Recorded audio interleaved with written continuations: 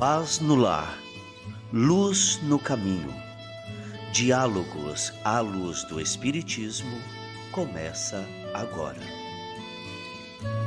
Pai nosso que estás no céu, santificado seja o vosso nome. Venha a nós o vosso reino, seja feita a vossa vontade, assim na terra como no céu. O pão nosso de cada dia.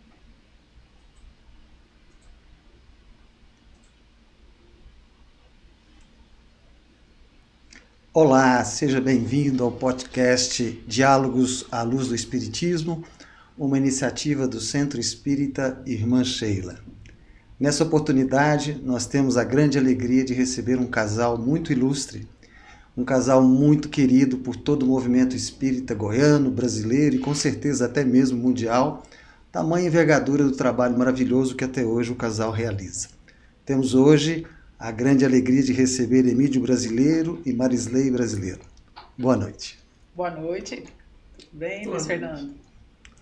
Bom, vamos começar pela nossa querida Marisley. Marisley, nos dê mais ou menos uma rápida noção de sua trajetória de vida, como que você chegou até o movimento espírita e o trabalho que você já realizou até essa data.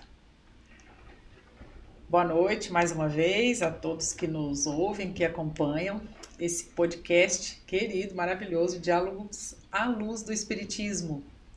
Que oportunidade maravilhosa de estarmos aqui nesta noite. Obrigada também, Álvaro, que está aí na produção. Que bom estarmos aqui nessa noite, nós dois, com essa oportunidade para falarmos não somente sobre as coisas do espírito, mas falarmos sobre como nós conseguimos conviver neste planeta Terra da melhor maneira possível para possibilitarmos a nossa evolução. Como eu cheguei até aqui? Meu Deus, é uma longa história, tenho certeza que isso vai levar boa parte da noite. Olha, vou pegar de um ponto. Um ponto diferente foi quando, minha virada de chave, meu ponto diferente foi quando eu conheci esse senhor que está aqui do meu lado, Emídio Silva Falcão Brasileiro. Eu importei da Bahia, né? Veio tirar lá, mandei trazer. Na verdade, eu nasci em uma fazenda chamada Fazenda Santa Bárbara, no município de Cromínia. Conhece Cromínia? Sim. Tá. Mas ficamos muito pouco tempo lá, né? Meus pais se mudaram aqui para Goiânia. Então eu cheguei em Goiânia, eu tinha 7 anos de idade, justamente por causa da escola. Então quem nos trouxe para cá foi a educação. E eu sempre fui uma criança muito tímida, mas também com uma mediunidade que não era adequadamente aceita no meu grupo, porque eu era da Assembleia de Deus. Então por isso que eu digo que esse foi o ponto, porque eu gostava de escrever aquilo que eu via, já que eu não poderia contar para ninguém. Sim. Então a escrita, o livro sempre foram grandes companheiros. Escrever para mim era terapêutico, escrever para mim era um lugar seguro. Então aos 12 anos eu escrevi um livro, né, das visões que eu tinha. E depois eu vi que essas visões que eu tinha aconteceram na França de Kardec, né, com o livro que é hoje Madeleine no Passado em Paris. E então eu escrevi esse livro, mas ele não foi bem aceito no meu grupo, né? A irmã mandou queimar, eu queimei, então pronto, não pensei mais no assunto. Mas estudando na UFG, né, fazendo o curso de enfermagem e Emídio fazendo o curso de Direito, eu contei para ele, né, que havia escrito esse livro e ele me estimulou a escrever novamente. E de lá para cá, então nós nos casamos, tivemos 2 filhos, temos 2 netos, então eu fiz a faculdade, né, lá, fiz enfermagem lá na UFG, aí fui fazer especialização, mestrado, então casada com 2 filhos na adolescência, trabalhando em 3 lugares, eu fiz 2 doutorados ao mesmo tempo. Mas não é nada de assustador isso, é porque para conviver com um marido inteligente, você tem que estudar mais. Então, e hoje eu já tenho, esse ano eu lancei o meu livro número 41, né? Não somente eu escrevendo, mas também livros em parceria. Então, é entre romances e livros técnicos. Ah, sim. Sou professora do curso de medicina, né? Fui servidora durante muitos anos da prefeitura de Goiânia. Faço palestras. Que mais, gente? Eu sou presidente da Academia Goianiense de Letras, não posso esquecer os meus leitores. Sim, claro. Hoje estou presidente da Academia Goianiense de Letras. Sou membro também da Academia Espírita de Letras do Estado de Goiás, que a presidente é a dona Mércia, e também da Academia Aparecidense. E que mais? Já publiquei mais de 800 artigos. Acho que tá bom, né? Tá maravilhoso, Tá né? bom. Filho de Deus. E aí, Emílio, como é que é a sua trajetória? Nos conte, por gentileza. Começou quando eu comecei a caminhar, aprendi a andar na infância. Sim. E ali começou a minha vida como religioso, porque eu gostava de ir para a igreja. Eu era o coroinha da igreja da cidade. Ah, sim. Eu nasci numa cidade chamada Irará. Irará é uma cidade cujo nome chama-se Nascidos da Luz. A cidade de Irará, o nome Irará é da língua tupi-guarani, significa Nascidos da Luz. Então eu sempre gostei do ambiente religioso e minha mãe me levava para a igreja, fiz primeira comunhão e fui o coroinha da cidade por muito tempo. Coroinha da cidade, eu participava da missa das 6, das 7, das 8, das 9, estudava à tarde, final de semana, viajava com o padre para ajudar a celebrar a missa nas fazendas, casamento. Então, a minha vida religiosa começou quando eu comecei a caminhar. Desde garotinho, eu gostava de estar. 2 anos, 3 anos, eu gostava de estar na igreja. Então, a vida religiosa começou por esse caminho maravilhoso. Eu tenho o maior carinho pela igreja católica, o maior carinho pela igreja evangélica. Teve uma época que eu era o coroinha da igreja, ia aos cultos da igreja batista e à noite para o centro espírita. Eclético, né? Eclético, porque na minha cidade existia um respeito profundo. O padre, o pastor Joel, o meu tio Rafael, o tio Elísio, ou seja, os presidentes de centro espírita, a prima do padre ia no centro tomar passe. Então existia um respeito profundo. Eu desconhecia qualquer tipo de antagonismo religioso. Que legal, hein? Participava da campanha do quilo, pedia também donativo da Igreja Católica para levar. Foi lá que eu aprendi com o padre José da Rocha Bruno, a aranha vive do que tece, ou seja, precisava dos donativos para poder ajudar Sim. a comunidade carente. Agora, nós começamos a ir mais no centro espírita depois que na minha família, meu irmão passou a sofrer de uma obsessão espiritual. E aí a minha mãe levava o meu irmão, me levava ao centro espírita. Ali começou. Né? E, muito ligado à questão da religião, eu comecei a frequentar o centro espírita A Caminho da Luz, que foi fundado pelo senhor Aristóteles Peixinho, pai do André Luiz Peixinho, que foi presidente da Federação Sim. Espírita da Bahia, Da Bahia. meu tio Rafael e meu tio Elísio, que na verdade era tio no sentido de emprestado, não era tio biológico. Mas eles fundaram esse centro espírita, que eu tenho o maior carinho, faz sempre aniversário no dia 19 de janeiro. E lá eu comecei a participar dos eventos, da juventude e tudo. E aí fui me afastando da igreja católica, da igreja evangélica, mas sempre com muito carinho por todos. E realmente o marco foi essas idas.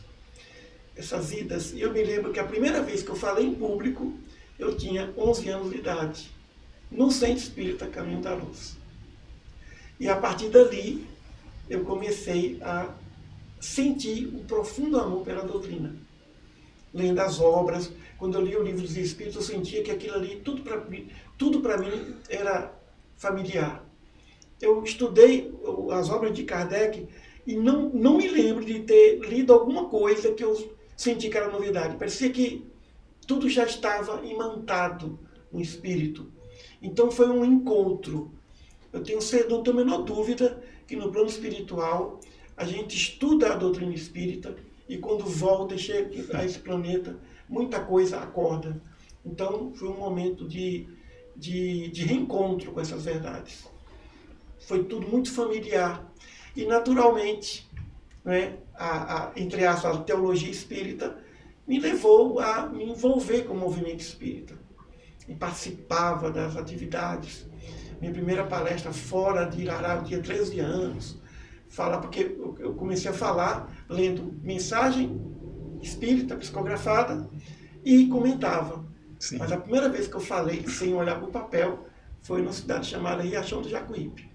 E a partir dali, pronto. Depois eu saí, fui fazer escola técnica e lá me envolvi com o trabalho do Centro Espírita Caminho da Redenção, fundado por Divaldo Franco e por Nilson Pereira. Sim. Aqui sempre eu chamei de tio Di e tio Nilson. Participava da atividade que André Peixinho era o orientador o André foi meu evangelizador, que era orientador da juventude. Então eu fazia escola técnica e tinha uma atividade intensa pela Mansão do Caminho e pelo Centro Espírita Caminho da Redenção. Então a partir dali a gente se envolveu com atividade, depois a gente começou a viajar para fora, já muito jovem, viajar para fora da Bahia, percorrendo outros estados. Com 20 anos, já viajava o Brasil, né, fazendo palestra. E agora, o escritor espírita nasceu em Goiânia. O orador, o espírita baiano, mas o escritor é goiano. Minha primeira obra foi escrita em 2 dias, um dia em Jerusalém, que já vendeu mais de 60 mil exemplares. A primeira obra que eu escrevi foi em 1988, durante o feriado de Corpus Christi, na Embratel, onde eu trabalhava, no auditório. Escrevi em 2 dias. O livro terminou domingo, e essa obra realmente é uma obra que foi um marco. Ali nasceu o escritor. Então o escritor é goiano. Muito bem. Marisley, eu gostaria que você tentasse nos explicar como é que você lidou com essa questão da mediunidade, tão jovem, sendo no seio de uma família que professava uma religião em que há uma certa dificuldade em relação ao entendimento da mediunidade, e como que essa mediunidade ajudou, atrapalhou ao longo da sua carreira profissional e assim por diante, pessoal, familiar, como mãe, como vó. Como é que essa mediunidade participou desse roteiro todo de vida seu? Eu não sabia que era mediunidade, né, durante muito tempo, até começar a estudar realmente o Livro dos Espíritos, o Livro dos Médiuns. Então, o Pentateuco realmente me ajudou e contribuiu muito comigo. E mais tarde, cientificamente, eu pude entender como isso funciona organicamente. Sim. Vamos guardar essa informação. Sim. Na infância, ela existia de forma muito evidente, muito, muito escandalosa, porque a minha mãe conta que eu tinha 2 para 3 anos, e na casa da fazenda, do quarto para a cozinha tinha um salão muito grande. Então eu acordava, aparecia na porta do quarto, e minha mãe lá na cozinha, minhas irmãs já estavam lá, né, tomando café, e ela falava, venha. Eu falo, não posso, ele não deixa. Aí ela, não, mas pode vir, vem logo, né, tudo. Aí eu disse que eu conversava e falava assim, eu passo correndo, quer ver? E passava correndo. Sim. Ia. No quintal, eu sentia presenças, sentia sons, vultos, mas aquilo tudo era só eu que via aquilo, só eu que sentia aquilo. E aí acabava que eu sofria bullying, né, por parte das minhas irmãs. Falavam, olha, a mulher de branco, olha, né? Então aquilo, eu fui escondendo aquilo com o tempo, né, de ter determinadas percepções, de ver uma pessoa e perguntar para minha irmã, aquela pessoa tá parada ali olhando para nós? Tá realmente? Ela tá. Ah, então tá bom, né? Hoje, voltando da volta da Cecília, eu falei, Cecília, você tá vendo aquele homem de preto pulando o muro do cemitério? Porque nós passamos lá perto, né? Você tá vendo? Ela, tô, vovô.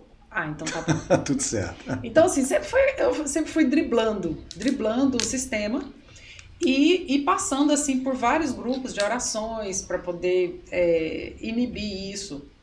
Mas, na igreja, A mediunidade, ela sempre foi vista de uma outra forma. São as profecias, são as conversas com o Senhor. Então, se uma irmã dizia, olha, o Senhor falou comigo hoje que vai acontecer isso, ou que pode acontecer aquilo. Então, só a linguagem que mudava, Sim. mas a mediunidade sempre existia, né? De ter essas percepções. Mas como eu disse, eu canalizei para a escrita. Mas eu sou muito honesta e consciente em relação a isso, porque a escrita dos meus romances eu vejo como uma escrita intuitiva. Sim. Não é aquela mediunidade que a minha mão escreve sozinha, que o espírito, né, comanda a escrita. Então é uma escrita intuitiva. E dentro dessa escrita, realmente chega um momento que o livro toma vida própria. Aí já não sou mais eu. Quem escreve sabe disso. Que você começa a escrever e de repente ele toma vida própria e os personagens tomam o seu caminho. Então até mais ou menos a adolescência, então quando eu comecei a estudar, e principalmente na faculdade, né, quando comecei a fazer a anatomia e perceber ali com um pouco mais de sensibilidade, isso eu já estava guardando para mim. Então eu não comentava muito com as pessoas para não sofrer nenhum tipo de bullying.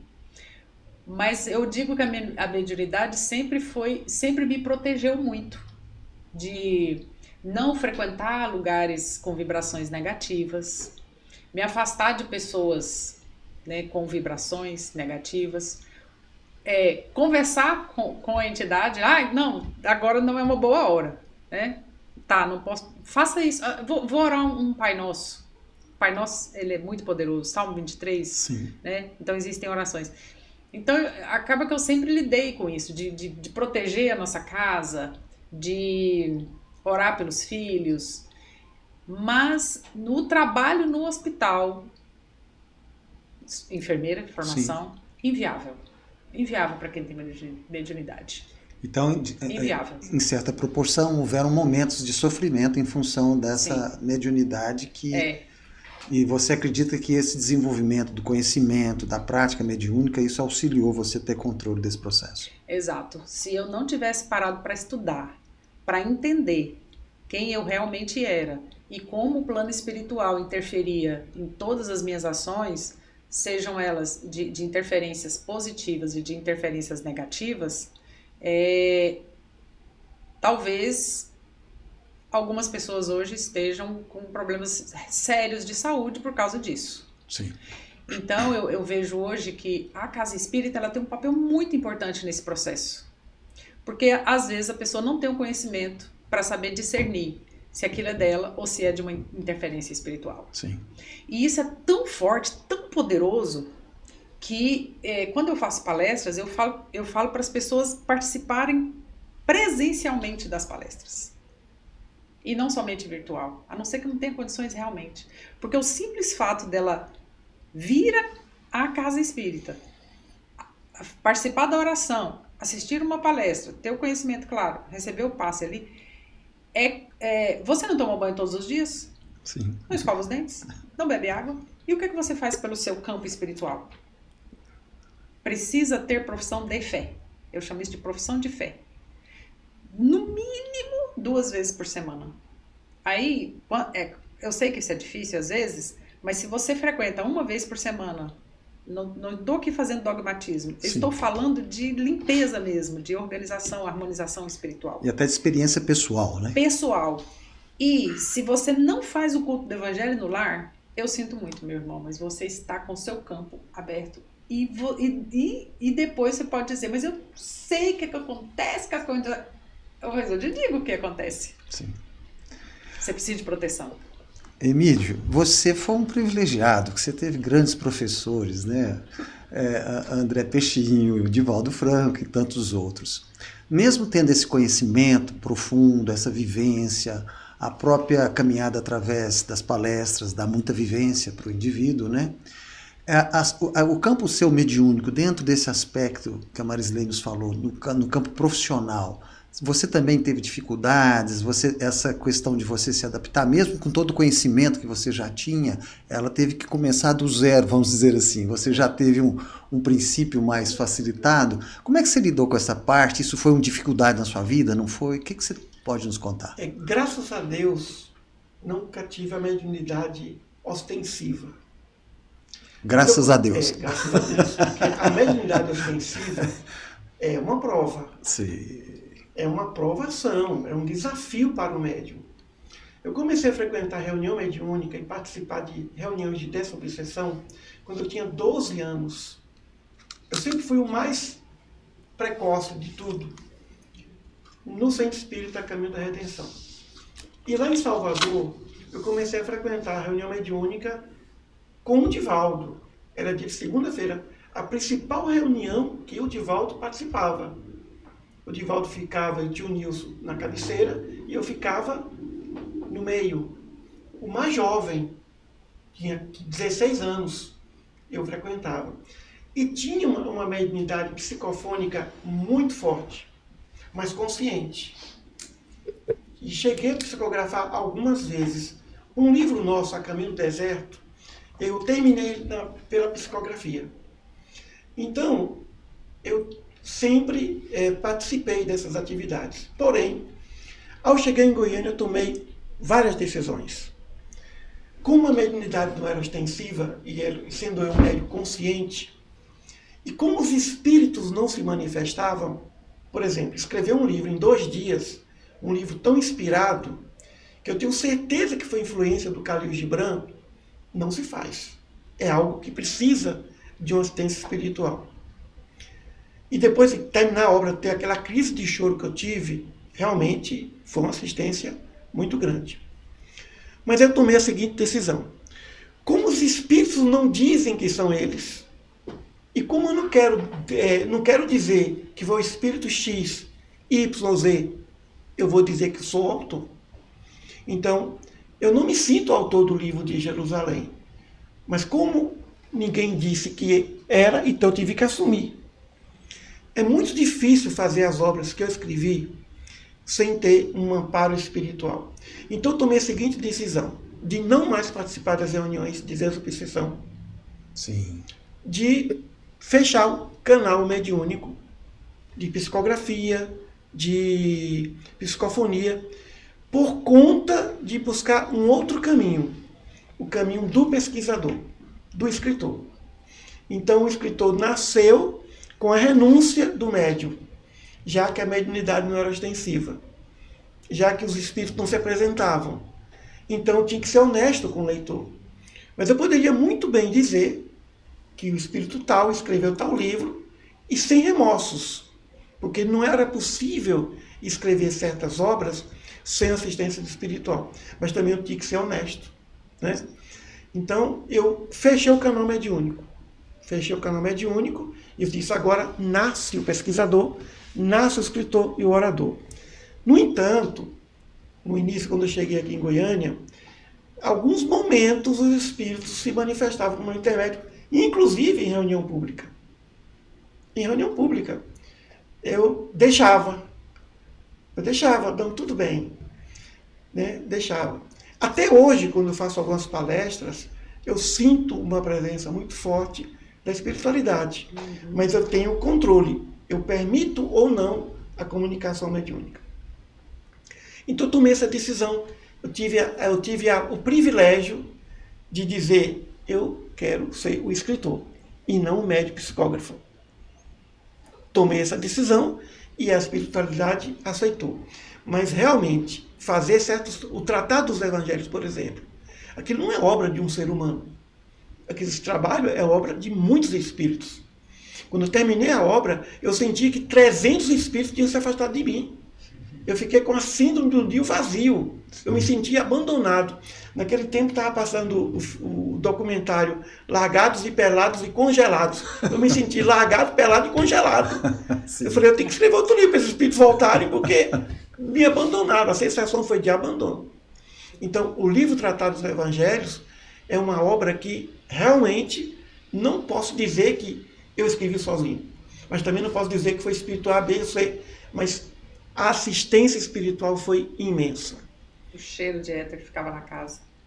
E outras obras que eu escrevi, O Sexo, Problemas e Soluções, uma assistente, minha mãe com mediunidade, minha mãe via, a hora que eu entrava no escritório para escrever, no quarto para escrever, minha mãe via os espíritos protegendo a porta para que outros não entrassem, porque eles queriam entrar para atrapalhar. Então, Exato. minha mãe uma vez viu 2 índios de pé ali, com os braços cruzados, pedindo que pessoas pudessem entrar. Sim. Na época que eu escrevi Sexo, Problemas e Soluções, que é obra espírita, que veio e que calou o movimento.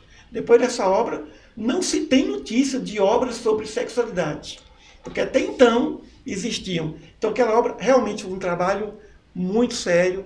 Eu dormia com a dúvida e acordava com a resposta, né?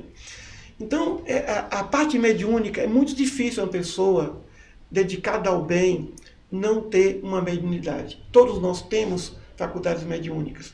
Aqueles que têm o privilégio de serem médios conscientes, eu digo o seguinte, quando os espíritos se manifestavam através de mim, eu pensava assim, se for meu vai ser doutrinado. Se for eu, o meu ego, o meu eu, a minha memória integral vai ser doutrinado. Se for espírito, vai ser doutrinado também. Então não tenho preocupação, deixa fluir a comunicação mediúnica. Então, participando dessas reuniões mediúnicas e com estudo fundamentado na doutrina e lendo a maravilhosa obra de André Luiz. Sim. Li a obra de André Luiz.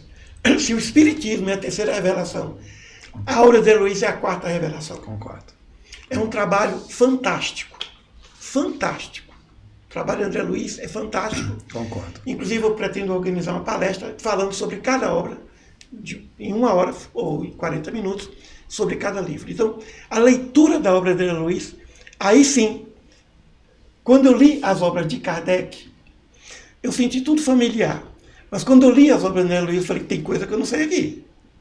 Isso aqui eu não sabia. Então, eu aprendi muito e me ajudou muito a compreender a realidade espiritual. E sugiro que realmente se leia isso. Eu gosto muito aqui, eu quero fazer aqui uma pausa e dizer o quanto que o trabalho do Centro Espírita Irmã Sheila é fundamental na comunidade. Temos pessoas amigas que participam aqui das atividades, já foram curadas aqui. Quero também tecer aqui uma homenagem ao seu Onofre, que me acolheu aqui nessa casa, aqui, como orador, falava aqui todo mês, e ao Dr. Eurípides Bassanufo, que foi quem me convidou.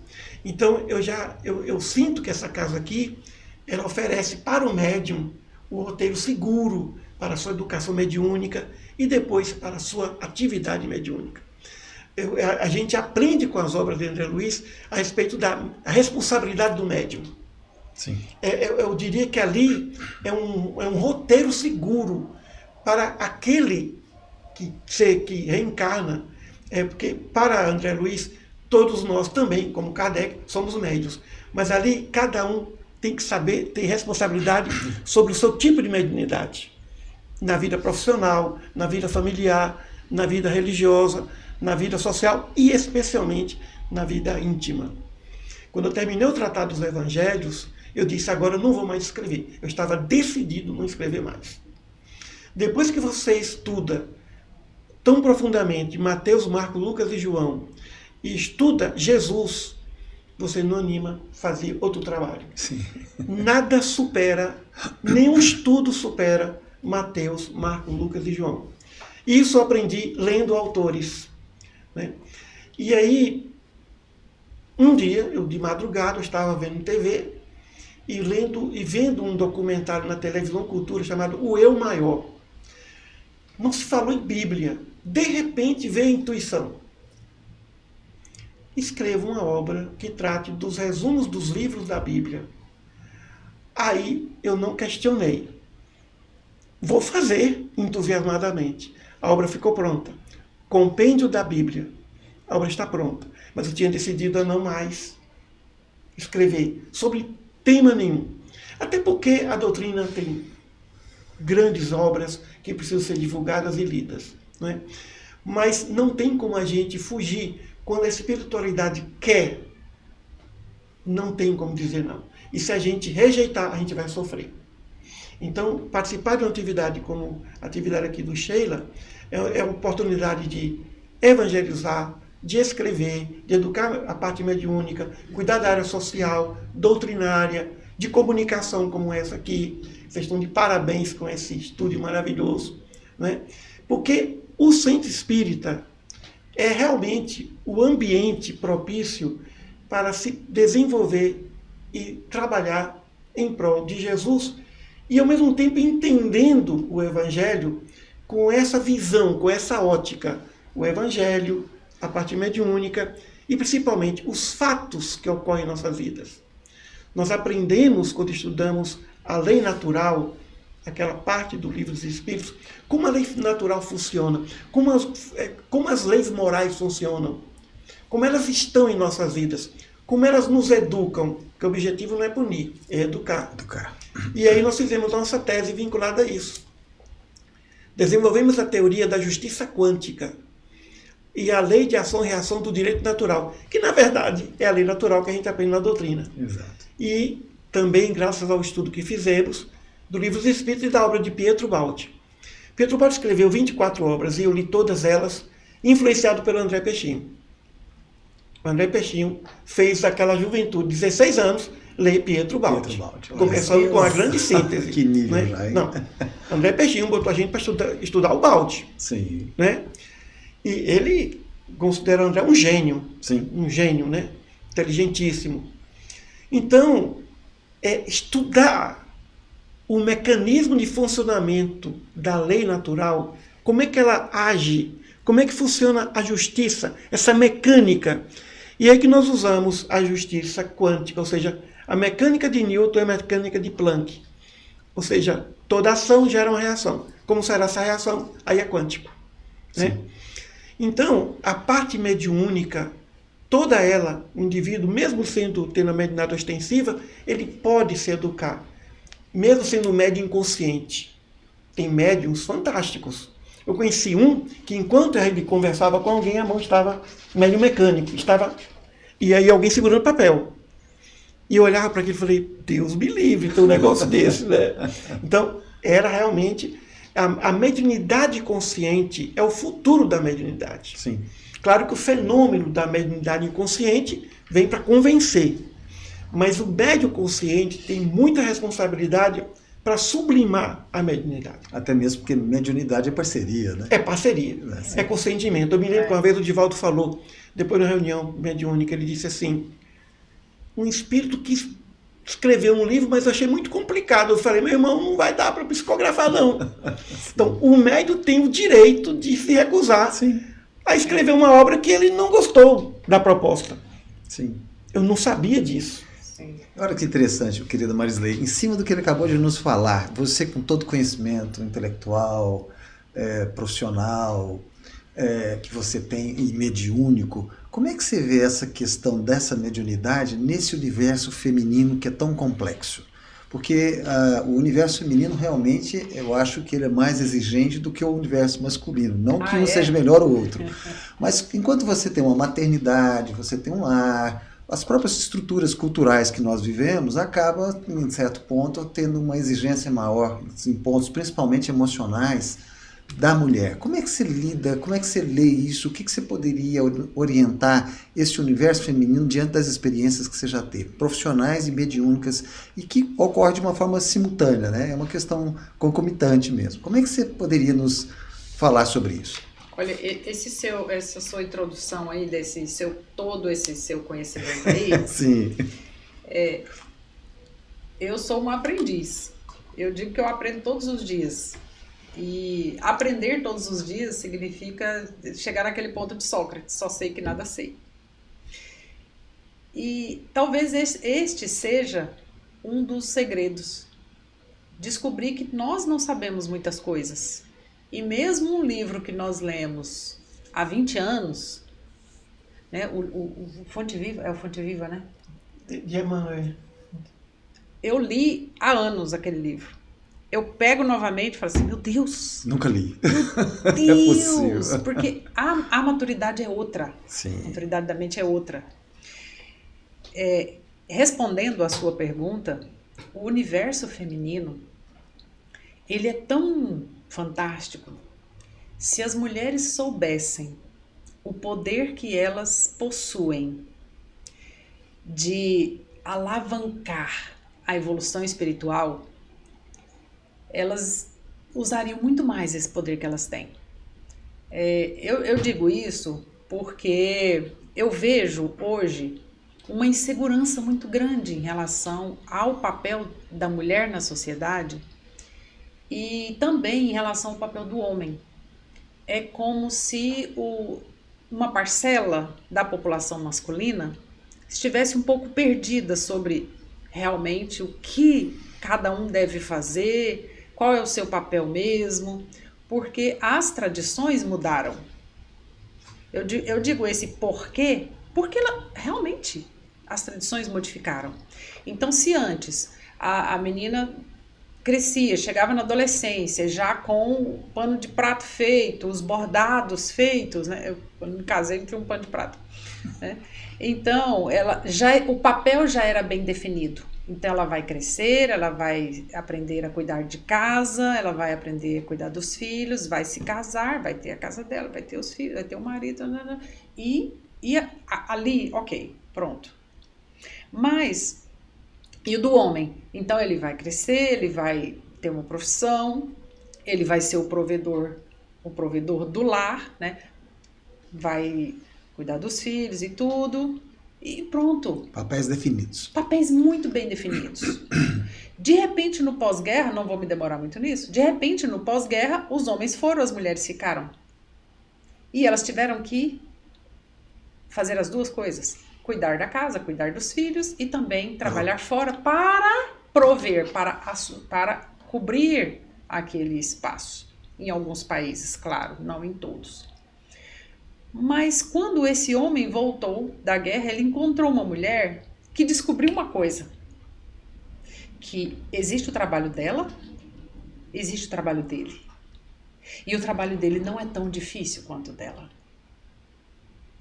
Que não é tão complexo sentar numa cadeira de um escritório e liderar uma equipe, assinar papéis. Trabalho de homem, desculpe, homens.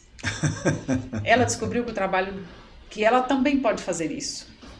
Que ela não precisa se masculinizar para fazer um trabalho de carregar pedras, que o trabalho mudou. Ele não é mais tão grosseiro de sol a sol, ainda existe esse trabalho. Então, resumindo essa questão, a mulher passou a perceber que, não por querer, mas ela teve que assumir o papel da mulher e o papel do homem. E nesse aspecto, a literatura tem um papel gigantesco, porque a maioria dos livros é escrita por homens. Não, no passado. Hoje não, muitos livros são escritos por mulheres. Então os grandes filósofos, sociólogos, teólogos, etc. foram homens. E eles escreveram para um universo que não era o universo delas. Sim, corretíssimo. Então, enquanto eu lavo, passo, arrumo, cozinho e amo meu marido, não dá para parar para filosofar e pensar nas coisas. Só que a partir do momento que as mulheres começaram a escrever e começaram a colocar a realidade delas para os livros, e eles também começaram a ler, a mente da humanidade se expandiu. Então existem várias escritoras que trazem a vivência da mulher num outro aspecto. E eu ouso trazer Simone de Beauvoir para essa mesa. Sim, ótimo. Seja muito bem-vinda, por favor. Né? Ouso. E também ouso dizer que Alcione era uma figura perfeita para o patriarcado. Um espírito de luz que veio para a Terra e que passava por todas as dificuldades e tudo, mas que via na futilidade uma falta de noção do que realmente era valor moral. Né? Então, e a literatura espírita, principalmente André Luiz e Emmanuel, eles ela traz essa visão de um mundo para além desse desgaste só pela matéria. E isso não é masculino nem feminino, isso é divino. Sim. Então, volto à minha frase inicial. Se o humor da mulher está em equilíbrio, o humor do homem também está. Mas se ele desequilibra o humor dela, ela desequilibra o humor da família inteira. Dos filhos, do trabalho, da casa e tudo. Então, o que eu quero dizer com isso? Que o caminho para o sagrado feminino, desculpa, mulheres, não é o feminismo. Não como ele é constituído. Sim. Não como ele é dito de eu faço coisas que homens fazem e por isso eu me torno mais importante. Não é esse o caminho. Não é questão de gênero, né? Não é questão de gênero. Sim. É questão do o que esse espírito encarnado neste corpo feminino pode contribuir para um bem maior. Com a sensibilidade, mas também com a intuição. Com a doçura, mas também com a responsabilidade com a criação. A responsabilidade com se vai engravidar com responsabilidade. Qual é a minha responsabilidade na evolução dele que está junto comigo? E não cobrar que ele seja o responsável pela minha evolução. Não cobrar que ele seja o Deus da casa para o meu sustento e o meu conforto. Não, nós dois estamos juntos. Ele tem o papel dele, eu tenho o meu papel. Um contribui com o outro sem eliminar a individualidade um do outro. Então eu falo, meninas, leiam, estudem, sejam mulheres enquanto estão neste corpo, porque essa é uma oportunidade incrível. E cada vez que nós entramos em competição, nós perdemos, porque estamos gastando um emocional incrível, né, que poderia ser usado para muito mais, até para escrever, para jogar a realidade interna feminina para que os homens leiam, né? Também para que outras mulheres leiam. Então, nós não podemos perder tempo com essa disputa por espaço, porque o espaço é para todos. Muito bem. Meu querido Emílio, em cima do que a Marisley nos falou, acho que está claro para todos nós que nós vivemos numa sociedade em que existe muito conflito de ideais hoje. Quando você fala dos 4 evangelhos e fala da vida de Jesus, nós sabemos da importância que isso traz em termos de objetivo de vida, propósitos, né, essência. Marisley falou basicamente da questão da essência do ser humano. Mas que para essa essência poder ser desenvolvida, há a naturalidade da necessidade de um desenvolvimento intelectual, cognitivo e assim por diante. Como é que você acha que esse papel numa sociedade que hoje é tão materialista, isso pode ser desenvolvido de uma forma prática? A gente percebe hoje que é uma sociedade que não gosta de ler, é uma sociedade que não gosta de estudar, em que o imediatismo é algo bastante presente e que isso é um grande desafio para um mundo de transição que nós estamos vivendo e vamos aprofundar. Como é que na sua forma de entender, com toda a experiência que você vê, você pode nos explicar como que isso poderia, essa parte teórica, poderia realmente ser utilizada na prática para que esse resultado viesse em cima do que a Marisley acabou de nos falar, da realmente capacidade de expansão dessa essência. No caso, ela falou conosco do universo feminino de uma forma perfeita, mas eu digo agora de uma forma mais ampla. Como é que você acha que isso poderia ocorrer, se é que pode ocorrer? Qual a sua opinião? Muito bem, eu acabei de estudar um pouco sobre a Bíblia. E pegando o que ela acabou de falar, nenhum personagem bíblico de Abraão, de Jesus, Moisés, nenhum chegou aonde chegaram, nenhum chegou onde chegou sem a figura feminina. Não teríamos Jesus sem Maria. Sim. Maria, ainda jovem, já era uma mestra. Não teríamos Moisés sem Zípora, quando ele saiu fugido, depois de ter assassinado um egípcio, do Egito, e encontrou na tenda de Jetro a paz. E lá ficou por 40 anos e depois voltou para cumprir sua missão aos 80, casado com aquela grande mulher, a Zípora. Todos aqueles homens que fizeram alguma coisa, e mulheres também, tinham um lado feminino, tinha uma mulher que deu sustentação. Se não fosse a Marizei, eu já teria desencarnado há quase 40 anos atrás. Se não fosse a Marizei, eu já teria desencarnado.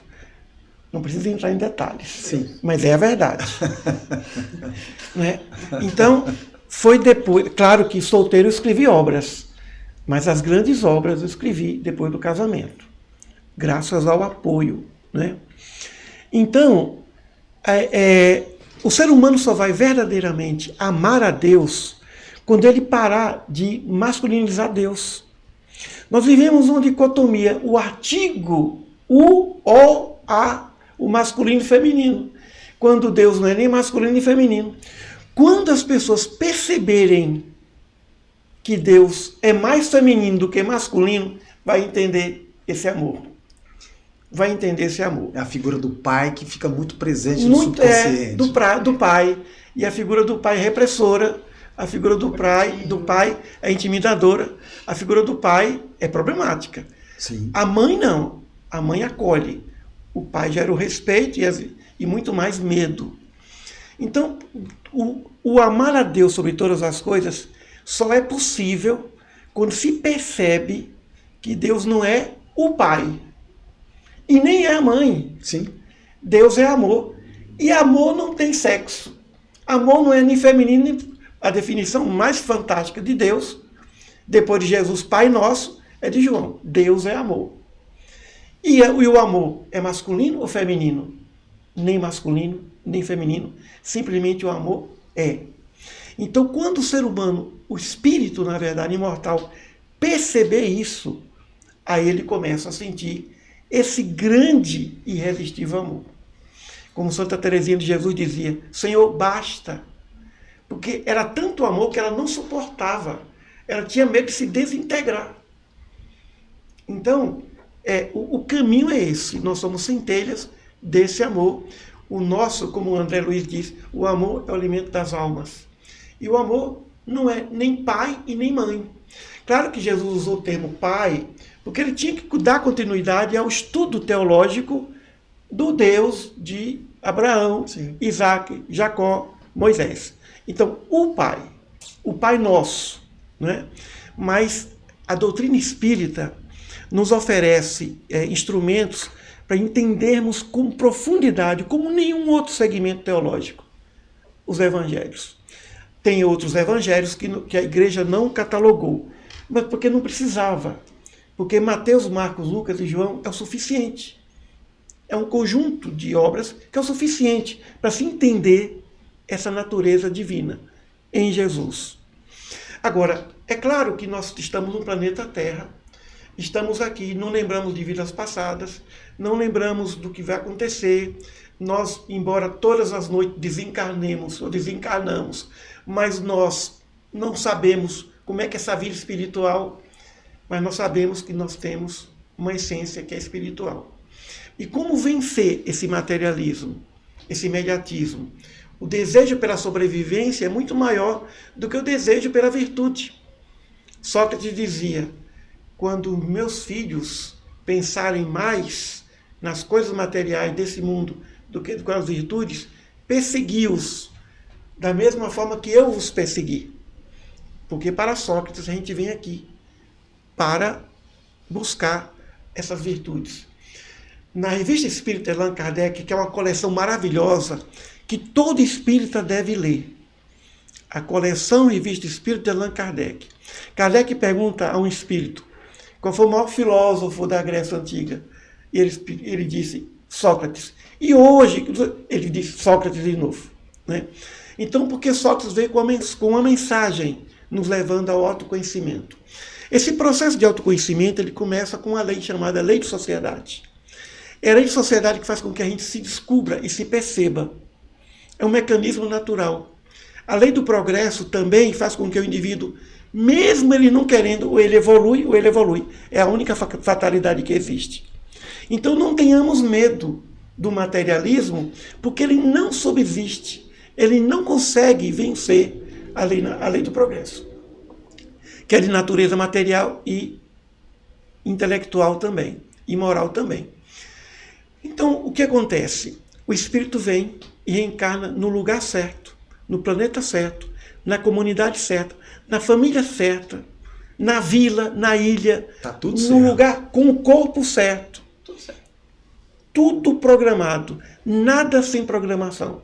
Não há uma encarnação sem programação. Então ele vem com uma missão, com uma tarefa, ou com um objetivo espiritual, mesmo que ele venha de forma compulsória e não tenha nem como se manifestar.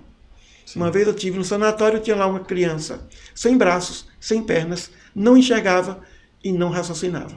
Estava ali vegetando, em termos físicos. Então, existe, acima de tudo, eu digo sempre que o nosso livre-arbítrio é muito limitado. O nosso livre-arbítrio, o espírito muito inferior ou muito superior não tem livre-arbítrio. O superior porque faz a vontade do Pai. Mas como? Jesus disse, eu não vim fazer a minha, mas a vontade dele. Então ele tinha vontade. Sim. Então, mas ele veio obedecer a uma vontade maior. E o muito inferior acaba tendo que se sujeitar a uma imposição de encarnações compulsórias. Então, primeiro temos que confiar nessas leis poderosas. Conhecermos o mecanismo, como é que elas funcionam. Santo Agostinho tem muita razão quando ele dizia, se o homem soubesse o quanto é bom ser homem de bem, seria homem de bem por egoísmo. Então precisamos ensinar às nossas crianças que existem leis invisíveis, leis que regulam nossas existências. Existem leis humanas, leis, o direito, mas existem leis que dizem o que você semear, vai colher. Tudo que vai, volta. A cada ação, uma reação. Então é preciso que a criatura saiba que existe isso. É matemático, é preciso, é perfeito.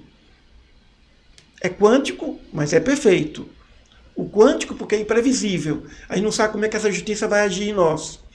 Então, o instruí-vos é fundamental para podermos amar com mais consciência. Por meio do conhecimento. Conhecereis a verdade, que a verdade vos libertará. Ótimo. Agora, ter coragem para exemplificar o que conhece.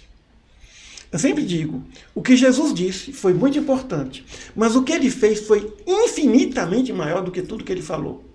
Porque o que ele fez, os seus exemplos, e aí o Evangelho de Marcos nos traz muito suas atitudes, nos dão coragem. Suas atitudes nos dão coragem para exemplificar os seus ensinamentos. Eu já falei aqui nessa casa sobre a questão do perdão. Ah, mas é difícil perdoar. É difícil perdoar. Enquanto se convive com o torturador ou a torturadora, enquanto se convive com o inimigo, não se perdoa. Eu não diria que é difícil, é impossível. Não se perdoa o torturador durante a tortura. Porém, se o indivíduo se afasta daquele ambiente, daquela convivência, ao longe as feridas vão cicatrizando, a dor vai desaparecendo e a pessoa vai encontrando consolo na compaixão diante do inimigo e do agressor. Foi o que Jesus fez. Se afastou de Nazaré porque queriam matá-lo. Se afastou da família porque não o compreendiam. Quando saíram de Nazaré para dizer que ele era louco, em Cafarnaum, ele disse, minha mãe e meus irmãos é quem faz a vontade do Pai. Querendo dizer o seguinte, eu não quero conviver com quem não me respeita. Conviveu com Pedro, Jesus só conviveu com pessoas respeitosas. Ele não aceitava desrespeito. Quando uma única vez Pedro disse a ele que ele não iria ressurgir, não, Senhor, isso não vai acontecer. Ele disse, afasta de mim, Satanás. Não é porque Pedro estava com o espírito impuro, é que Pedro estava agindo com desrespeito. Jesus não aceitava desrespeito. Ele não aceitava. E ninguém percebe. Tem que estudar o Evangelho vendo as atitudes dele.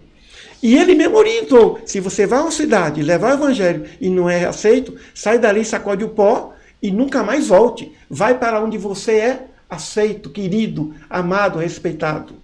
Então, o Evangelho de Jesus é lindo Porque quando se estuda esse modelo de perfeição, o indivíduo tem coragem de sair daquele ambiente tóxico, daquela convivência tóxica, daquele mundo e daquele comportamento tóxico. Eu digo sempre que o mentiroso só para de mentir quando ele cansa da mentira. O desonesto só deixa de ser desonesto quando ele cansa da desonestidade. Porque a dor vem e ele cansa de sofrer. Mas nem a dor tira o desonesto da desonestidade. Nem a prisão faz com que o criminoso deixe de ser criminoso. Ele deixa o crime quando ele cansa de ser criminoso. E quem que faz isso, além do progresso? Não, eu cansei. Eu vi que não adianta. É a parábola do filho pródigo. Sim. Agora eu tenho que voltar, porque não dá para ficar nessa vida. Eu estou cansado de sofrer. Porque sofrimento, o indivíduo sofre e muitas vezes mantém o materialismo do sofrimento. Mas ele só deixa o materialismo quando ele cansa dele. Quando ele percebe que manter um patrimônio dá tanto trabalho quanto adquiri-lo. E aí ele vem para o que é necessário para mim, o que é útil, o que é importante. Então, eu digo sempre que é o cansaço da dor que faz com que o indivíduo não mais queira sofrer.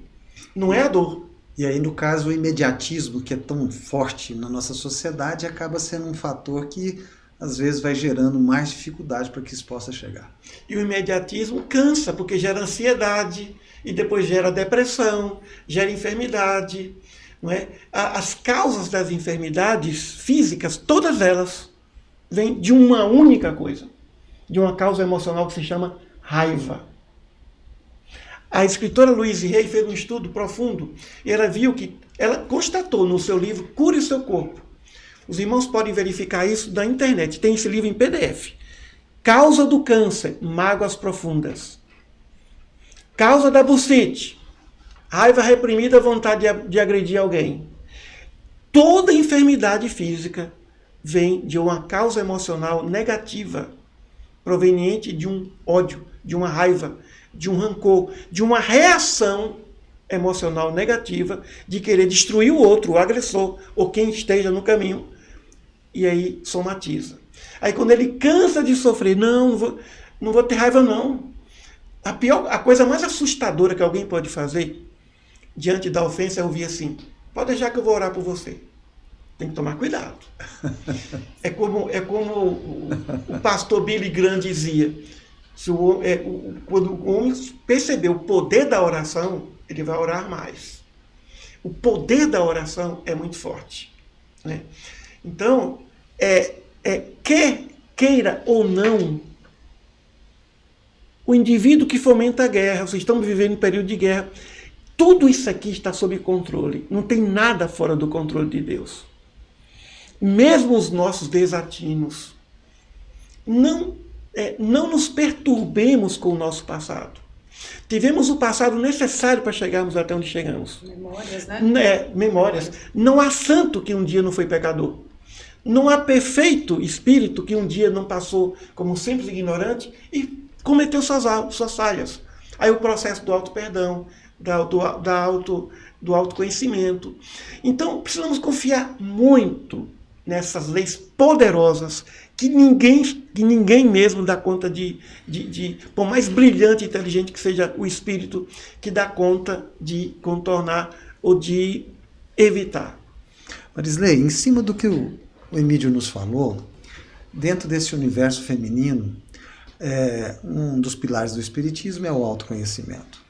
E esse autoconhecimento ele acaba sendo muito reforçado quando se tem conhecimento dessas leis divinas que são realmente muito poderosas. Quando a gente parte da premissa de que no mundo existe muita injustiça, mas nenhum injustiçado, sabemos que todos nós somos herdeiros de nós mesmos.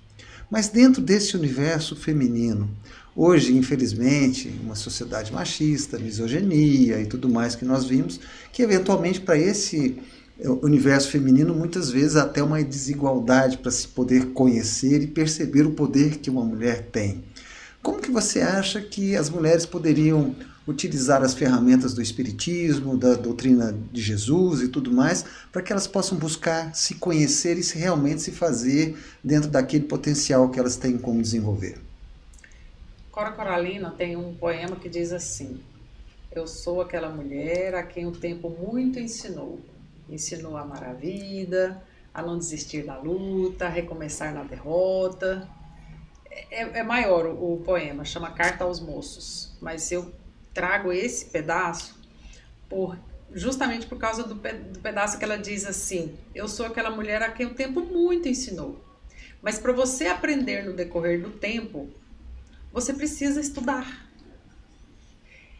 E isso vale para mulheres e para homens, mas dentro do universo feminino, a entrada da mulher na escola, no hábito de estudar, é recente. Nós temos 100 e poucos anos que a mulher foi permitida entrar na escola. Foi permitido a ela ser uma cientista. Claro que nós já temos muitos exemplos no passado, mas sempre foi uma condição secundária para a mulher. E só muito recentemente, o estudo voltado para a natureza humana, para as especificidades femininas, começou realmente a se desenvolver e a ciência contribuiu muito com isso. Claro, nós podemos trazer aí Freud, né, com a questão de entender por que a mulher se exaltava, né, e começou a estudar a histeria, essa questão, aí daí a questão da psicanálise. Hoje a gente ainda vê, infelizmente, um machismo estrutural dentro de muitas profissões, seja da medicina, da área do direito, ou da arquitetura, da engenharia. E aqui eu abro um parêntese que, no meu caso, eu não gosto da pia virada para a parede. Parece que está de castigo a pia da cozinha. Tinha que ser para a natureza, então eu admiro quando eu vejo que a pia da cozinha está ali, que está, né? Parece que está de castigo ali. Interessante essa analogia sua. Não é verdade. Coisa, né? Então, é só um exemplo para dizer que... vou usar outro exemplo da arquitetura. Você vai usar um banheiro, o vaso está aqui e o papel higiênico está aqui. Olha o exemplo que eu trouxe aqui agora, né? Ou seja, quase um malabarismo para você pegar. Então, o papel deveria ficar aqui. Por que o papel está aqui junto com o vaso? Porque o homem está virado para cá. Quem criou foi um homem, né? O homem virado para cá e ele pega com muita facilidade. Não, mas não vou ficar nesses exemplos. Claro, interessante. A questão é que acaba que essa complexidade faz com que haja um gasto maior de energia, que poderia ser utilizado para escrever, para fazer novas descobertas, né, para, inclusive, harmonizar mais o ambiente familiar. Então, existem coisas que no nosso planeta primitivo ainda traz essa dificuldade. Mas o plano encarnatório, só resgatando aqui o que a Midi falou, a questão do plano encarnatório, que às vezes você está num lugar e você está insistindo em ficar naquele lugar, naquela vivência tóxica, naquele grupo de pessoas, sendo que o seu plano encarnatório está para você sair dali. E você fala, não, mas eu nasci, complexo Gabriela, eu nasci aqui, eu vivi assim, eu sou mesmo assim, você sempre assim. Não, às vezes está no plano de você mudar de país. E às vezes nem precisa mudar de país. Às vezes só precisa mudar de bairro para ter uma vida mais equilibrada. É um vizinho com som alto, é um local que é mais difícil para o trabalho. Então, quando a gente tem essa percepção de plano encarnatório, e a doutrina ajuda demais nisso, né? De que eu sou um ser espiritual, eu sou uma essência divina, eu não sou a Marisley ou Emília, eu sou uma essência divina. Eu sou filha muito amada por Deus. Eu sou o espírito que foi criado simples e imperfeito, estou aprendendo e estou a caminho da evolução. Então, quando eu tenho essa noção, eu olho para tudo, eu tenho uma visão satélite. Então, eu consigo ver começo, meio, não posso ver o fim, mas eu estou aqui agora no presente, nesse local, nesse dia. Mas o que eu estou fazendo aqui agora, eu estou usando as memórias que eu tenho desde que eu nasci. Eu me esqueci da outra vida, mas eu tenho as memórias desde que eu nasci. E aí, como eu posso aprender com essas memórias, ressignificando cada uma delas que forem necessárias, para que eu possa mudar o meu presente e melhorar o meu futuro. como se eu sou inconscientemente refém das minhas memórias. A forma como eu uso o meu cabelo, a maquiagem que eu fiz, o tipo de roupa que eu uso. Se vocês observarem, eu estou vestida de homem. Sim ou não? Eu sou de camisa e calça. Sim. Por quê? Porque nos ambientes que eu sempre trabalhei, em posições de liderança, era muito mais prático do que usar uma saia. E tá tudo bem, mas o batom tá aqui, o brinco tá aqui, tá tudo muito feminino aqui, né? O esmalte aqui, né? Tudo aqui. Lógico. O feminino, né?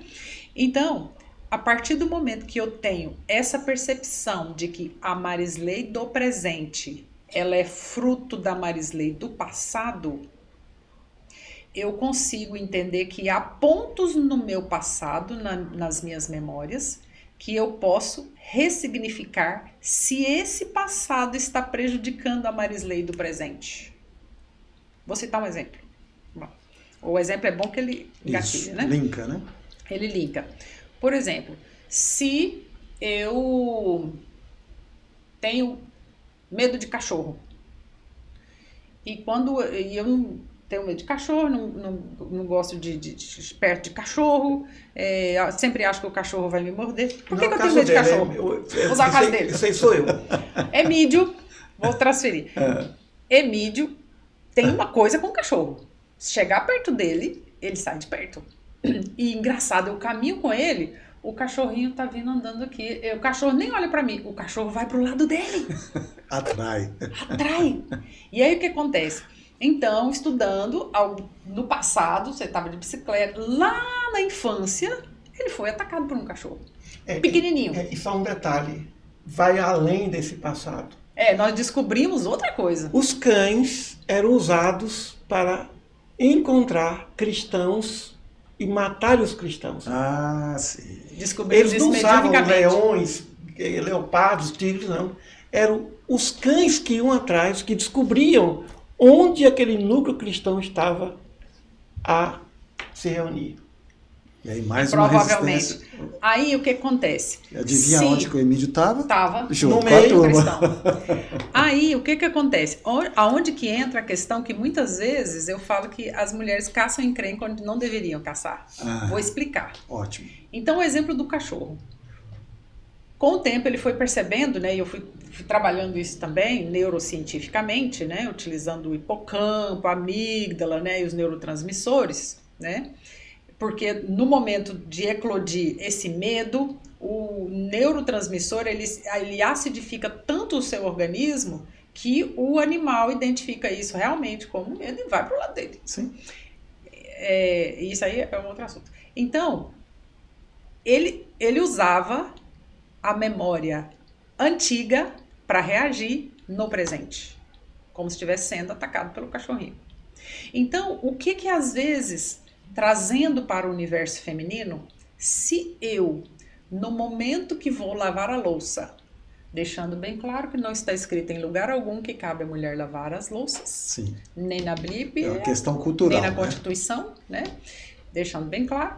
Então, se no momento de lavar a louça, eu posso me lembrar, não é o meu caso, né? Mas posso me lembrar que minha mãe sempre lavou louça, não foi valorizada pelo meu pai, então lavar louça para mim é um subserviço. Eu vou lavar essa louça com raiva. Sim. E essa raiva, ela é pensamento. E pensamento é matéria, fica impregnado na casa. Qualquer pessoa que chegar perto ali vai sentir essa energia negativa. Se eu lavo, estou usando exemplos triviais, se eu faço a comida com raiva, com revolta, que não gosto de fazer isso, que não quero fazer, isso vai ficar impregnado. E as pessoas nem vão perceber por que vão ficar com raiva de mim. Se eu lavo o banheiro com raiva de lavar o banheiro, aquilo fica impregnado. Então, o pensamento dentro de casa, quando eu arrumo uma casa, isso qualquer um pode fazer, e não quero que as mulheres que estão assistindo pensem que ser mulher é só isso, porque a liderança feminina, a visão global de paz mundial da mulher, ela é incrível, mas eu estou trazendo o exemplo da força do pensamento. Sim. Quando eu arrumo uma casa, arrumo uma cama, e coloco ali pensamentos positivos, de gratidão, eu protejo essa casa com vibrações positivas tão poderosas que elas são capazes de irradiar e proteger o prédio inteiro, o bairro inteiro. Isso é real, né? Isso é real, isso é palpável. Sim. Isso é palpável. Então, estar hoje no comando de uma empresa, sendo uma mulher, e entendendo que cada funcionário, do mais simples ao mais graduado, cada um tem o seu papel sistêmico e que eu não preciso ser grossa para ser respeitada, que eu não preciso gritar para ser ouvida, isso faz com que a empresa prospere, porque as pessoas trabalham com gosto, as pessoas ficam, as pessoas valorizam o produto. Então, não estou dizendo que os homens sejam assim, mas a partir do momento que esse formato feminino de chegou o horário do almoço, vai parar o trabalho aqui e vai almoçar, porque se deixar para o homem, ele vira à noite, né? A mulher não. Ela sabe que ela tem aquele horário e que ela tem o almoço e que ela tem aquele e que precisa descansar e que não tem que ficar viajando tanto. Então, o modelo feminino estrutural, social, ele é um modelo bom. Ele é um modelo um pouco mais saudável. Sim. Ele faz com que as pessoas percebam que o trabalho é para a vida e não a vida para o trabalho. Isso ocorre porque a mulher sentimentaliza mais essas atitudes, essas ações? Ela não suporta muito extremos. E o extremo do cansaço, por exemplo, ele é doentio. Então, muitas discussões domésticas e até discussões do trabalho, elas acontecem porque as pessoas estão cansadas, elas estão sem energia até para dialogar e falar, vamos pensar em 3 saídas. Não, eu quero sair agora, né? E aí, Sim. então, o cansaço. Aquele ditado que diz assim, não vá dormir sem fazer as pazes, não faça isso. A noite não é uma boa conselheira. Então, fala assim, olha, tudo bem ter esse problema para resolver, eu vou dormir, amanhã a gente continua. Vá dormir. Durma, descanse. Não entre em nenhuma discussão depois de ter um longo dia de trabalho. Então, a mulher, ela tem a força física, ela suporta alguma pressão, mas não muita pressão. Muita pressão, ela não aguenta. E é um mito que a mulher suporte dores. A mulher é ensinada a suportar dores. E é por isso que talvez estejamos indo para um caminho muito perigoso da questão da violência doméstica. Por quê? A menina nasce, para ela não se parecer com o menino, fura-se a orelha dela, a primeira dor. E diz, tá tudo bem, é só para você não ser confundida com o menino, primeira dor. Ela chega na menarca, ela sofre as dores da cólica menstrual e tudo. Não, isso é coisa de mulher, tá tudo bem. Que tá tudo bem nada, vai tomar um analgésico e não vai sentir aquela dor. Sim. A primeira relação sexual. Não, é dor, mas tá tudo bem, faz parte, ou é a primeira, não, tá tudo bem nada, não tem que sentir dor, não. Sim. O parto tem que ser o sagrado, que nada, me faça uma cesariana, não sou contra. Então, culturalmente se coloca que a mulher é capaz de suportar mais dores do que o homem. Mentira! É a maior fake da humanidade. É uma normalização da dor, né? É uma normalização da dor. Que é um equívoco. Que é um equívoco para que ela possa suportar a pressão e a opressão. Da mesma forma, a injustiça com os meninos, de que eles precisam ser fortes, que eles não podem chorar, que eles não podem demonstrar sentimentos. Mas como? Eles são organicamente sentimentais. Eles têm uma amígdala que é para lutar e fugir, que ele vai sentir medo. Ele sente medo. Tem um barulho lá fora. O que a mulher fala? Vai lá. Ele vai morrendo de medo. Mas vai, né? A não ser que seja um morcego, né? Se for um negócio assim, né? Se for um animal. Então, existem determinadas discussões que precisam ser feitas porque há culturas que não são verdadeiras. Há coisas que nós normalizamos e colocamos como, mas não são. Então, a partir do momento que eu falo pro meu filho, falo assim, coisa de rosa, isso é coisa de menina, despreze. Eu estou ensinando ele a desprezar a mulher. A partir do momento que eu falo para ele, não, meu filho, pode deixar que a sua irmã vai lavar isso aqui, porque isso aqui é serviço feminino, vá lá trocar o pneu. Eu estou desvalorizando. E ainda bem que nós ensinamos os meninos a fazerem serviços ditos de meninos e de meninas, né? Então, a gente não precisa saber trocar pneu, o Vinícius sabe lavar, passar, arrumar, cozinhar. Não tem tempo, né? A esposa faz e gosta. Sim. Aí ele se casou justamente com uma que gosta de ficar em casa, que gosta de cuidar e tudo, né? Já minha filha, como meus genros, eles viajam o mundo todo, né? Tem um trabalho mundo afora.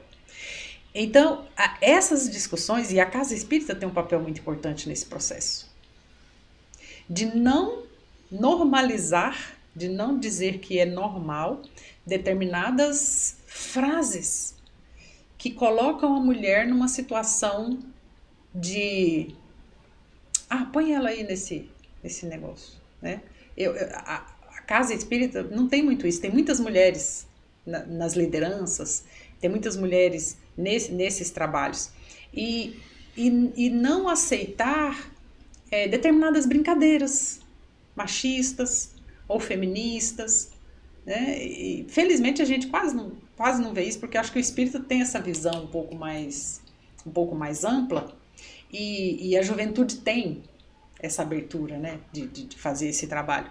Então, eu não sei se eu respondi a sua pergunta, mas precisamos discutir, conversar, rodas. Eu vi que vocês têm um grupo aqui, né, de homens. Sim, Homem com H. Meu Deus Exatamente. do céu, o mundo precisa saber desse trabalho. E é muito bacana, a gente tem a oportunidade de participar. Você vê o homem chorando, ele desabafando, contando dos seus medos, das suas dificuldades, limitações. Enfim, é um trabalho muito interessante que a gente faz uma vez por mês aqui, sob coordenação do nosso querido Álvaro aí, como sempre. Né? Parabéns. Mas é algo que tem realmente... Tem que cuidar dos meninos. Sim, com certeza. Porque o homem não vai ao médico e fala, não vou adoecer. Mas também não precisa ficar indo, né, tanto ao médico, não. Mas é importante que o homem seja ouvido, que o sentimento dele é importante, que o medo dele precisa ser entendido, que a insegurança dele em relação à própria masculinidade ou à família, que isso pode ser colocado sem medo, sem perigo, sem riscos, né? Sim. Porque a mulher ela já, eu não dou conta de fazer esse negócio, a mulher ela já espontaneamente ela já se expõe, né? O homem tem esse receio e muitas vezes ele vai guardando isso e às vezes se torna agressivo porque quando o cérebro trava, a mão entra em ação. Sim. Né? E nada, hipótese alguma, justifica qualquer tipo de violência. Sim. E nós precisamos cuidar das famílias porque os casos hoje estão altíssimos, infelizmente. Bom, gente, a gente já está caminhando para o nosso final, mas antes da gente finalizar, Emílio, eu queria te provocar um pouquinho, no bom sentido. Com todo o seu conhecimento, com a sua experiência, com a sua bagagem intelectual, a gente percebe que hoje existe uma dificuldade muito grande por parte dos dirigentes das casas espíritas, essa capacidade gerencial, né? Marisley nos falou sobre vários aspectos da questão do ser humano dentro do centro espírita, ela falou muito mais do universo feminino, mas a gente percebe que, em muitas circunstâncias, o dirigente máximo da casa espírita, ele tem muita dificuldade de poder realmente atuar dentro daquilo que seria o ideal ou o possível. Como é que você acha que, diante de todo o conhecimento que você tem, das experiências, das inúmeras casas que você já participou, participa, qual seria esse recado seu para esses dirigentes, para que eles possam ter aí um caminho para facilitar essa dirigência, que a gente sabe que não é uma coisa muito fácil, ser um dirigente máximo de uma casa espírita? Tem que ter uma boa equipe, como Jesus teve, né? Ah, sim. Jesus veio com uma missão maravilhosa, mas ele precisou de uma equipe. De Pedro, que tinha liderança, de João, que sabia, que transitava sobre todos eles, de Judas Iscariotes, que cuidava da questão material das viagens. Cada um ali, de Tomé, que era cuidadoso, porque naquele tempo existia muito engodo. Tomé foi o exemplo de que a gente tem que entender as coisas pela razão. No tempo de Jesus, e antes dele, muitos se arvoravam ser os Messias.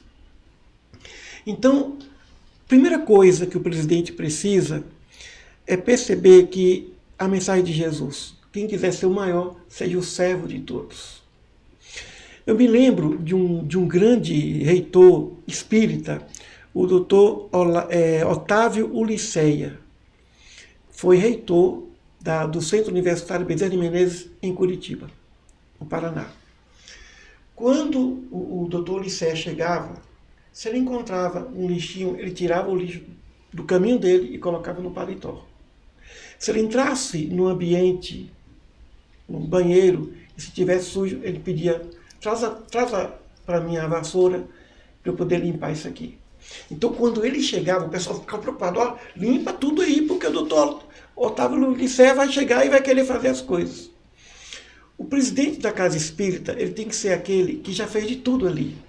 De varrer, de limpar, até de ser o grande homenageado diante do sucesso de algum trabalho. Da inauguração de um prédio, do trabalho mediúnico. Mas ele já participou de tudo aquilo ali. Ou seja, ele já serviu o cafezinho, ele já fez o cafezinho, ele já cuidou da limpeza, ele dirige, ele toma o passe, ele dá o passe. Ele já dentro dele, ele se colocou como servo. Aquele que quiser ser o maior, seja o servo. A grande questão é que há uma diferença entre comandar e liderar. Sim. Os líderes são poucos e poucos se preparam para serem líderes. A verdadeira liderança é aquela que o indivíduo vem, faz e não aparece. Agora, ter uma ótima equipe é muito bom. Por quê? Porque às vezes tem aquela atividade que o dirigente tem uma dificuldade de se lidar.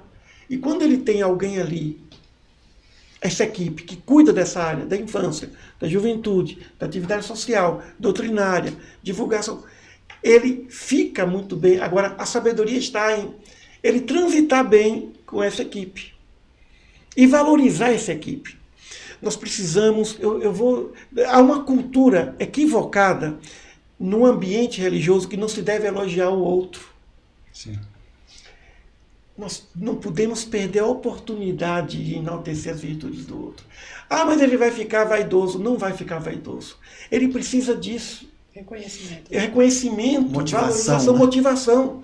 Eu conheço dirigentes de grande casa espírita, dirigentes que são incapazes de enaltecer, de reconhecer, de elogiar o trabalho de alguém. Até pouco tempo, não se aplaudia. E a gente vai aplaudir assim. Aplaude. Agora a Federação Espírita do Estado de Goiás falou, é para aplaudir. Sim. Ou seja, porque o aplauso pode gerar a vaidade. Tudo bem, não precisa aplaudir se não quiser. Não é obrigado. Né? Não é obrigado, mas É o feedback. Né? precisamos valorizar os nossos trabalhadores. Jesus não perdeu tempo. Valorizou e elogiou João Batista. Ele elogiou um samaritano. Nem em Israel eu encontrei uma fé igual a essa. Jesus não economizou em elogiar Pedro. Tu és Pedro, e dessa pedra. Ele não economizou em elogiar Natanael. Ali vem alguém que nele não há falsidade nenhuma. Jesus não economizou elogios. O dirigente precisa ser o líder, cativante. Então não tenhamos medo de elogiar e de chamar discretamente quando precisar, trocar uma ideia, orientar, reorientar. Então, a escolha da equipe. Não adianta colocar uma pessoa que é bom para fazer uma atividade para fazer a outra. É difícil. Se ele gosta de trabalhar nessa área, dê a ele condição de trabalhar nessa área. Se ele gosta de comunicação, que ele fique na comunicação. Que ele fica na comunicação. Por que nós fundamos a Academia Espírita de Letras do Estado de Goiás? Porque não existe uma cultura na nossa instituição espírita para preparar o espírita para ser escritor. Não há um departamento para o escritor espírita, para o pesquisador espírita. Tem departamento doutrinário, que é só para fazer palestra, que faz as escalas. Tem o departamento social, que é para levar comida para a pobreza. Mas não tem aquele departamento para dizer, aqui tem um escritor, aqui, ó, vem para cá. Aí nós fundamos a Academia Espírita de Letras para poder acolher o escritor, aquele que gosta de escrever, aquele que não gosta de visitar a gente do presídio, mas ele gosta de escrever. Então precisamos multiplicar os talentos. Nós tivemos aqui em Goiânia uma grande líder, a dona Maria Antonieta, do Irradiação Espírita. Sim. Ela conseguiu identificar. Uma vez chegou um homem lá com problemas mentais, com limitações. Ela encontrou uma atividade para ele. Você vai ligar e desligar a luz na hora do passe.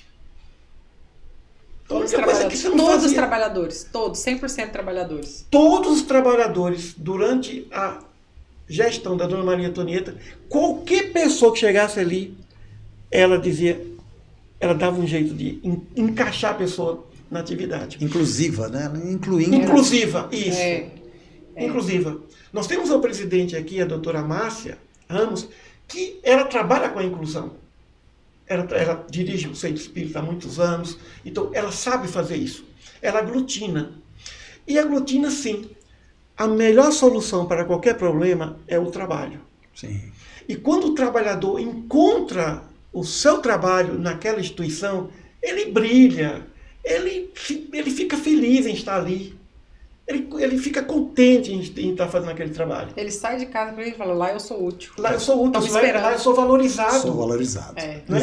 Então, a gente primeiro, às vezes a pessoa não sabe do seu dom, mas o líder sabe. Eu acho que você daria certo nisso aqui. Acho que você... Quando o líder... Dona Maria Antonieta foi o melhor exemplo que eu já encontrei na vida. O Divaldo também fazia isso. O Divaldo foi um dos maiores líderes. Porque ele fundou a Mansão do Caminho com o tio Nilson, mas ali tinha um trabalho imenso. O Divaldo pessoalmente nunca cuidou de uma criança. Eu vou morar com a criança e vou cuidar dele. Mas ele tinha uma equipe maravilhosa que cuidava das crianças. Foi pai de centenas, né? Foi pai de centenas. Ou seja, mas ele mesmo não estava ali para trocar fralda. Não era essa a função dele. Não era essa a função dele. Então, o líder, quando ele consegue encaixar as pessoas nos seus devidos lugares, ele acabou. Então, e deixar que essa pessoa tenha a sua criatividade, tenha a sua iniciativa. Então, quando essa pessoa se sente útil naquele ambiente, fala, nossa, eu não sabia que eu tinha esse talento. De repente, fulano chegou. A primeira vez que eu falei de radiação espírita foi no mês de agosto, um mês que eu tinha chegado em Goiânia. Fui fazer uma palestra lá. Quando eu terminei a palestra, a dona Maria Antonieta tinha colocado uma caixa de lápis e disse, se você quiser usar, fica à vontade. Para psicografar. Eu falei, claro que já tinha tomado a decisão. Sim. Eu falei, não. Mas eu achei aquilo de uma confiança. Né? Falei, essa senhora tem intuição. Depois que eu fui percebendo como ela encaixava o trabalhador em cada áreas. O segredo do sucesso do trabalho em equipe, no caso da liderança, é fazer com que o líder perceba qual é a função, o que deixa feliz aquele trabalhador. Encaixar e reconhecer isso. Você acredita que alguns dogmas doutrinários da doutrina do movimento espírita acabam engessando a casa espírita? Da doutrina, não. Porque a doutrina é muito expansiva. Sim. Né? Mas não é nem no movimento espírita, é do que a gente traz do ambiente católico, do que a gente traz do ambiente evangélico. Você repete. E do que a gente traz do próprio espírito. Eu costumo dizer que o radicalismo religioso não é por causa de religião alguma. É o próprio espírito que tem medo de se abrir. Sim. O radicalismo veio da própria pessoa. Não elogia porque ele não se sente devidamente seguro, não tem autoestima, então se ele elogiar, ele vai se sentir diminuído. E não inova também, né? Luiz Fernando, eu tenho um problema de elogiar. Quando eu elogio alguém, logo gera ciúme em alguém. Eu digo sala de aula, que eu sou professor e lido com o ser humano o tempo todo. Para elogiar um, tem que saber elogiar o outro. Agora, o elogio na coisa certa. Não é elogio inverídico. Tem que ser verdadeiro. Verdadeiro. Né? Porque sempre aquele alguém tem uma virtude que a gente não tem. E quando a gente percebe isso e toca nesse ponto, a pessoa fica feliz. Eu nunca fui um excelente aluno em sala de aula, mas até um dia que a professora me elogiou. Em outra sala, na 5ª série. Ele tem um menino na 5ª série A lá, que o menino é muito bom e eu não era nada de bom. Quando eu soube que a professora Lucília tinha me elogiado, eu falei, agora eu vou ter que estudar. Agora eu vou ter que estudar, porque a professora disse que eu sou bom aluno.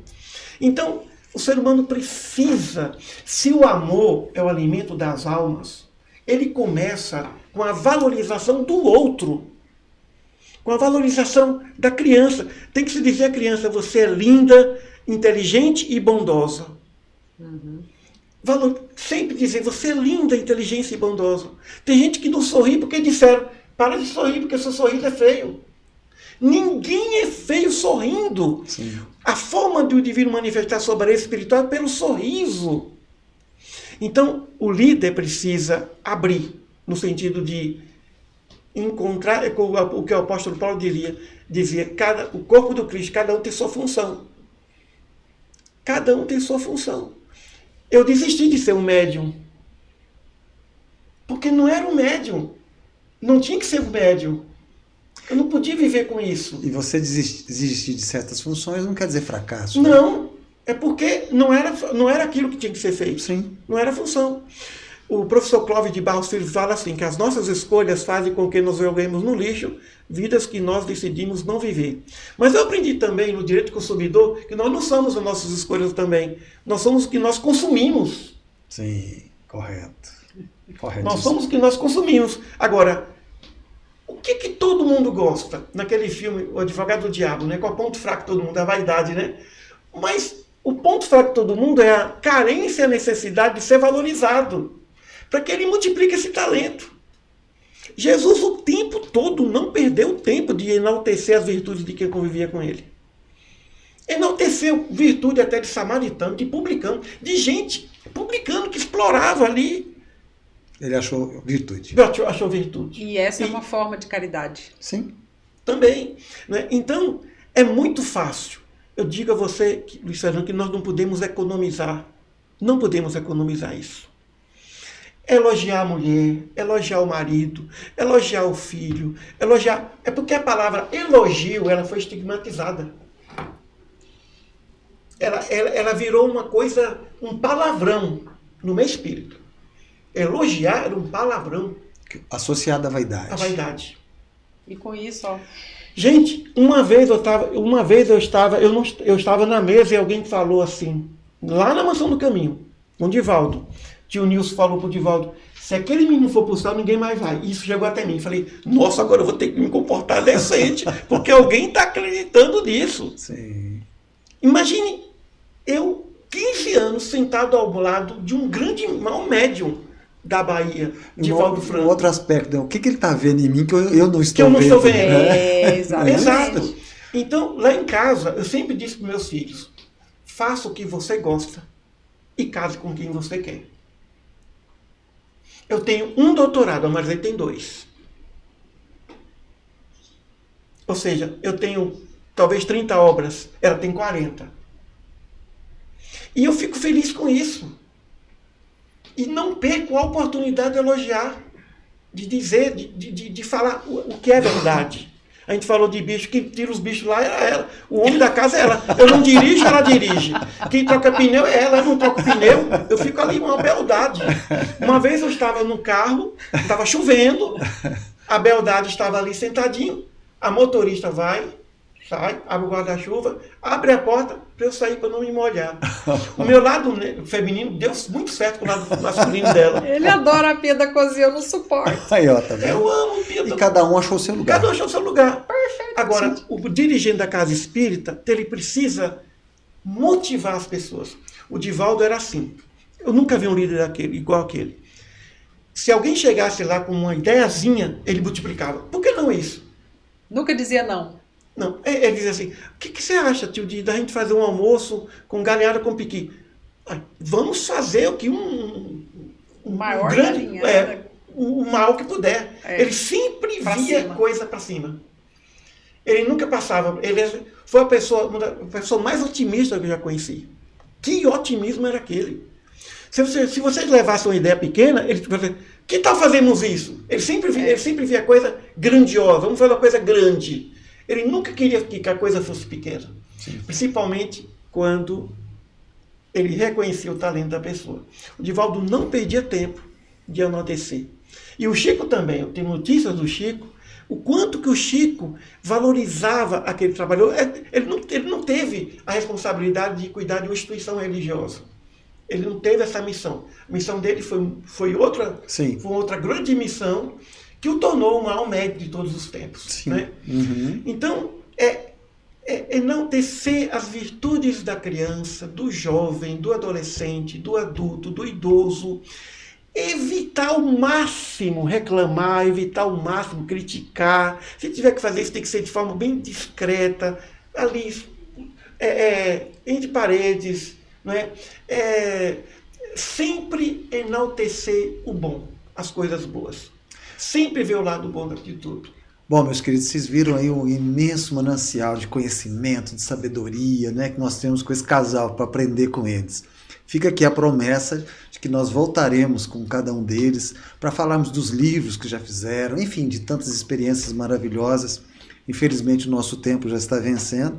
E para que nós possamos, então, nesse momento, de uma forma de grande alegria e gratidão ao casal, nós vamos passar a palavra para cada um deles para que eles possam fazer as suas considerações finais. Querida, é contigo agora. Olha, o tempo passou muito rápido, né? Sim, sim. Uma conversa boa, tranquila, solta, profunda. Profunda. Né? Muito obrigada por essa oportunidade de estarmos aqui nessa noite, Luiz Fernando. Obrigada a essa casa, né? O Sheila, para mim, mora no meu coração. O trabalho que vocês fazem aqui é um trabalho incrível. Continue fazendo esse trabalho e os frequentadores são muito beneficiados. Eu falo que sempre que eu tenho a oportunidade de estar aqui, eu fico encantada com reunidos em nome do Senhor. Não existe em lugar algum esse coro que acontece aqui nessa casa. Sintam-se verdadeiramente valorizados nesse aspecto, claro, por todo o trabalho. Falar sobre a nossa vivência é algo que contribui para a nossa evolução, mas nós precisamos falar mais a respeito do papel da mulher na sociedade, do papel do homem na sociedade, porque os papéis estão confusos. Sim. Né?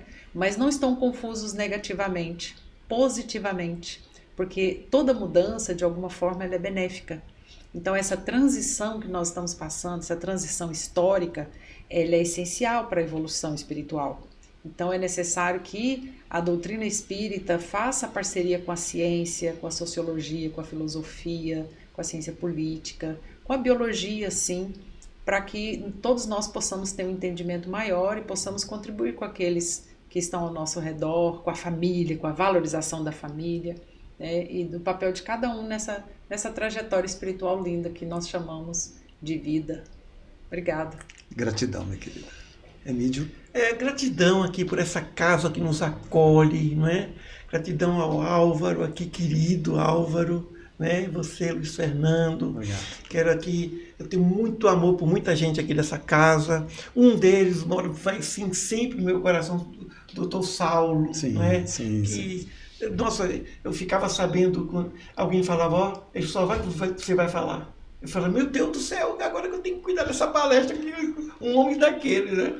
Então, o senhor Onofre, o nosso presidente aqui, o Elcio, assim, pessoal, muito gente boa. Eu sou muito grato a essa casa. Eu acho que eu falei da gente enaltecer as virtudes e os valores, mas a gente tem que agradecer. A gente tem que sentir que a gratidão a Deus, a gratidão é um caminho, é o melhor caminho. Dentre pedir, louvar e agradecer, agradecer na prece é a melhor das orações, né? Então eu quero agradecer essa oportunidade de estar aqui nesse primeiro momento, nesse estúdio lindo aqui, maravilhoso, parabenizar, avisar que agora em abril a Marisei tem palestra aqui. Nossa. Né? No Tem. dia, Imperdível, com certeza. 18, 18, 13.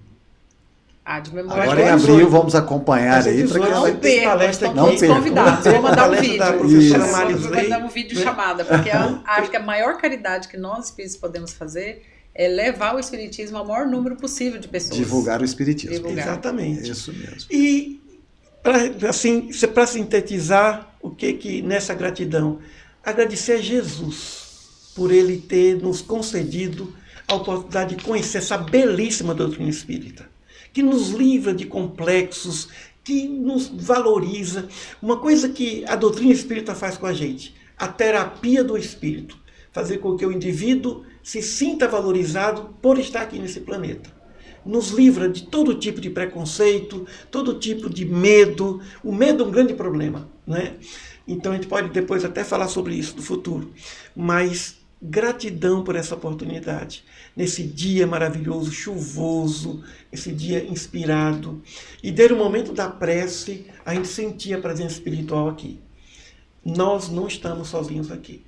E agradecer aos espíritos maravilhosos que cuidam dessa casa, que cuidam de cada um de nós. A eles um beijo no coração. Muita paz. Gratidão, Elide. Bom, meus queridos, nós paramos então por aqui, agradecendo aí a presença, a audiência de todos vocês e, evidentemente, aguardando a nossa próxima oportunidade. Muitíssimo obrigado e até lá.